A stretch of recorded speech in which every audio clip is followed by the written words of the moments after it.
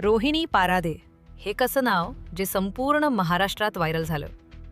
एक successful reel star, यशस्वी उद्योजिका म्हणून ज्यांची ओळख होती, ज्यांच्याविषयी अचानक 26 मे रोजी दुपारी एक अशी बातमी समोर आली ज्याने संपूर्ण महाराष्ट्र स्तब्ध झाला.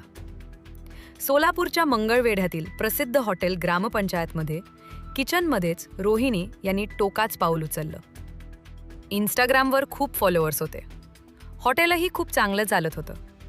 पण मग असं काय घडलं की ज्यामुळे हा टोकाचा निर्णय घेतला? सुरुवातीला सगळ्यांना वाटलं व्यवसायाचा ताण, मात्र खरा संशय तेव्हा गडद झाला जेव्हा अंत्यसंस्कारानंतर तिसऱ्या दिवशी स्मशानभूमीत आयोजित करण्यात आलेल्या मातीच्या कार्यक्रमादरम्यान दोन्ही बाजूंच्या नातेवाईकांमध्ये जोरदार वाद झाला. परिस्थिती इतकी चिघळली की उपस्थित लोकांना मध्यस्थी करून तो वाद थांबवावा लागला. याच घटनेनंतर या प्रकरणाबाबतचे पहिले गंभीर प्रश्न उपस्थित होऊ लागले. त्यानंतर पोलिसांनी कुटुंबियांसह इतर संबंधित व्यक्तींचे जबाब नोंदवले आणि तपासादरम्यान 2 धक्कादायक बाबी समोर आल्या, ज्यामुळे संशय आणखी वाढला. पहिला प्रश्न होता, स्मशानभूमीत नेमका वाद कशामुळे झाला? आणि दुसरी बाब तर अधिकच गूढ होती. तपासात असे समोर आले की ज्यावेळी रोहिणी हॉटेलच्या किचनमध्ये ते दुर्दैवी कृत्य करत होत्या, त्यावेळी त्यांचे पती निलेश हॉटेलच्या बाहेर बसून मोबाईल वापरत होते.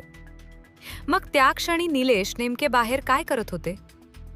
या संपूर्ण घटनेमागे नेमके कोणते रहस्य दडले आहे?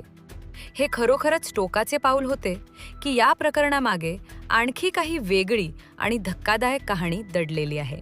अखेर शंकेची सुई एका वेगळ्याच दिशेने फिरली आणि तपास सुरू झाला.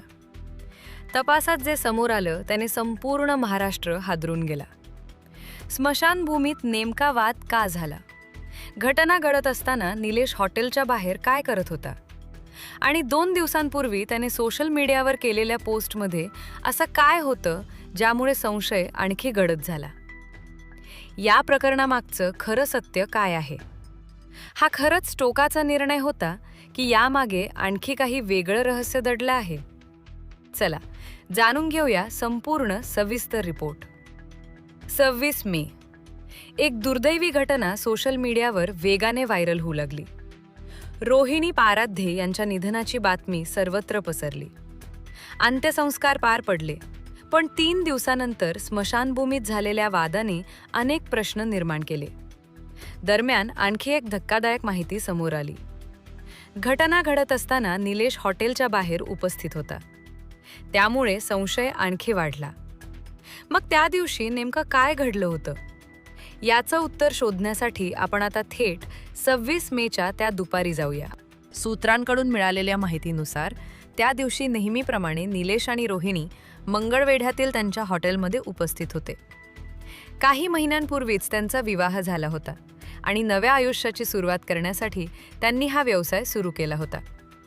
मात्र 26 मेची ती दुपार त्यांच्या आयुष्यातील सर्वात दुर्दैवी ठरणार होती. दुपारची वेळ असल्याने हॉटेलमध्ये फारशी गर्दी नव्हती. शांत वातावरणात रोहिणी आणि निलेश यांच्यात एका वैयक्तिक कारणावरून वाद झाला. नेमका वाद कशावरून झाला हे आजही स्पष्ट झालेले नाही. मात्र या घटनेनंतर रोहिणी मानसिकदृष्ट्या खचल्याचे सांगितले जाते. रागाच्या भरात त्या हॉटेलमधील एका खासगी खोलीत गेल्या, तर निलेश बाहेर एका लाकडी बाकावर बसून मोबाईलमध्ये गुंतला होता. तो नेमके काय करत होता याबाबतही प्रश्न कायम आहेत. काही वेळ गेला, पण खोलीतून कोणतीही हालचाल किंवा आवाज आला नाही. संशय आल्याने खिडकीतून आत पाहिले असता सर्वजण हादरले. रोहिणी यांचा रहस्यमय मृत्यू झाला होता. प्राथमिक तपासात हा मानसिक तणावातून उचललेला टोकाचा निर्णय मानला गेला. प्रकरण संपल्यासारखे वाटत होते, पण खरी गुंतागुंत पुढील 48 तासात सुरू झाली. रोहिणी यांच्या निधनाने ब्रह्मपुरी परिसरात आणि चाहत्यांमध्ये शोककळा पसरली. सोशल मीडियावर श्रद्धांजलींचा वर्षाव झाला. मात्र घटनेला धक्कादायक वळण मिळाले ते 3ऱ्या दिवशी, राख सावडण्याच्या विधीवेळी. त्या ठिकाणी रोहिणी यांचे माहेरचे आणि निलेशचे नातेवाईक एकत्र जमले होते. वातावरण दुखाने भरलेले होते. पण विधी सुरू असतानाच माहेरच्या काही नातेवाईकांनी निलेश आणि त्याच्या कुटुंबावर आरोप केले. त्यांचा दावा होता की रोहिणी यांच्या मृत्यूसाठी तेच जबाबदार आहेत. सुरुवातीला शाब्दिक वाद झाला, पण काही क्षणातच आरोप प्रत्यारोपांची मालिका सुरू झाली. स्मशानभूमीतील वातावरण तणावपूर्ण बनले आणि परिस्थिती हाताबाहेर जाण्याची चिन्हे दिसू लागली. अखेर उपस्थित नागरिक आणि पोलिसांनी हस्तक्षेप करून वाद शांत केला. मात्र या घटनेने पोलिसांच्या मनात संशय निर्माण झाला. त्यांना जाणवले की हे प्रकरण दिसते तितके साधे नाही. अंतिम विधीवेळी उफाळलेल्या या वादाने तपासाला नवे वळण मिळाले आणि एका गुप्त रहस्याचा शोध सुरू झाला. जर ही केवळ साधी घटना असती तर नातेवाईक इतके आक्रमक का झाले, हाच प्रश्न पोलिसांनाही पडला. त्यामुळे त्यांनी तात्काळ तपासाची दिशा बदलत पुढील 24 तासात महत्त्वाची कायदेशीर पावले उचलली. शुक्रवारी पोलिसांनी निलेश पाराध्ये आणि त्यांच्या जवळच्या नातेवाईकांचे सविस्तर जबाब नोंदवण्यास सुरुवात केली. दरम्यान निलेशचे वडील विलास पाराध्ये यांनी माध्यमांसमोर येऊन कुटुंबाची बाजू मांडली.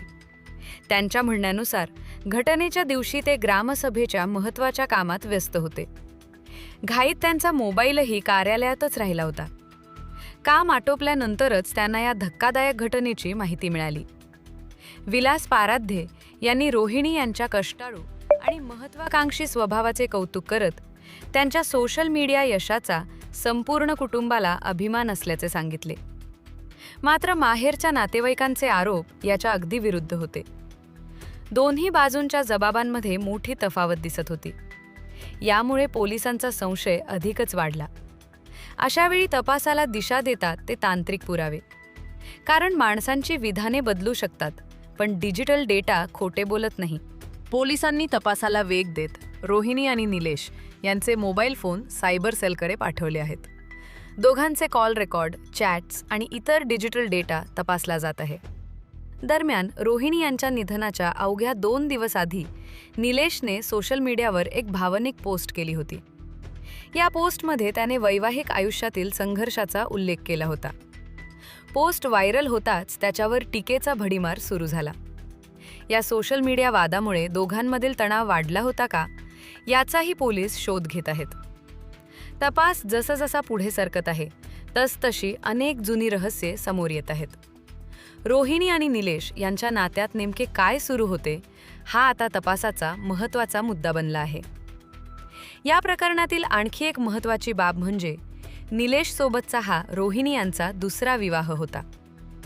पूर्वीचे कौटुंबिक प्रश्न, वैयक्तिक मतभेद आणि वाढता व्यावसायिक ताण यांचा त्यांच्या मानसिक स्थितीवर परिणाम झाला होता का, याचा पोलीस सखोल तपास करत आहेत. घटनेच्या दिवशी हॉटेलबाहेर बसून निलेश मोबाईलमध्ये नेमके काय करत होता, तसेच त्याच्या पोस्टवरील टीकेचा रोहिणी यांच्या मनावर किती परिणाम झाला होता, या प्रश्नांची उत्तरं अद्याप मिळालेली नाहीत.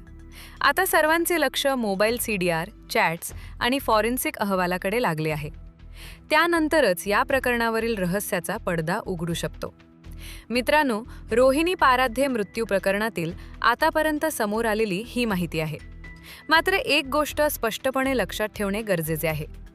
सध्या सोशल मीडियावर अनेक चर्चा आणि दावे केले जात आहेत, पण या प्रकरणातील अनेक मुद्दे अजूनही तपासाच्या टप्प्यात आहेत. घटनेमागे नेमके काय सत्य आहे हे पोलिसांचा अंतिम अहवाल आणि न्यायालयीन प्रक्रियेनंतरच स्पष्ट होईल. त्यामुळे कोणत्याही निष्कर्षापर्यंत घाईने पोहोचणे योग्य ठरणार नाही. या घटनेने मात्र काही गंभीर प्रश्न उपस्थित केले आहेत. हजारो लोकांचे मनोरंजन करणारी, स्वतःचा व्यवसाय सांभाळणारी आणि यशस्वी वाटणारी एक महिला अचानक अशा घटनेच्या केंद्रस्थानी कशी आली? आजच्या काळात बाहेरून आनंदी दिसणारे आयुष्य आतून किती तणावपूर्ण असू शकते, याचा अंदाज लावणेही कठीण झाले आहे. कौटुंबिक मतभेद, जुने वाद आणि व्यवसायाचा वाढता ताण यांचा व्यक्तीच्या मनावर नेमका किती परिणाम होतो, हा मोठा प्रश्न आहे.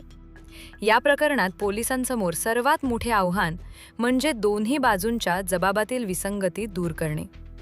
एका बाजूला सासरच्या कुटुंबाचा दावा आहे की त्यांचा कोणताही संबंध नाही, तर दुसरीकडे माहेरच्या नातेवाईकांनी गंभीर आरोप केले आहेत. अशा परिस्थितीत मोबाईल CDR, व्हॉट्सॲप चॅट्स आणि इतर डिजिटल पुरावेच तपासाला खरी दिशा देऊ शकतात. मात्र हे लक्षात ठेवणे महत्त्वाचे आहे की अंतिम निष्कर्ष पोलीस तपास आणि न्यायालयीन प्रक्रियेनंतरच समोर येईल. तोपर्यंत कोणत्याही अफवा किंवा अपूर्ण माहितींवर विश्वास ठेवणे योग्य ठरणार नाही. प्रेक्षकांनो, या संपूर्ण प्रकरणाबद्दल तुमचे मत काय आहे? समोर आलेल्या माहितीबाबत तुमचे विचार आम्हाला कमेंटमध्ये नक्की कळवा. हा व्हिडिओ माहितीपूर्ण वाटला असेल तर लाईक करा आणि महाराष्ट्रातील महत्त्वाच्या घडामोडींचे सविस्तर विश्लेषण पाहण्यासाठी चॅनलला सबस्क्राईब करा. पुढील अपडेट्स आम्ही तुमच्यापर्यंत सर्वात आधी पोहोचवत राहू. धन्यवाद.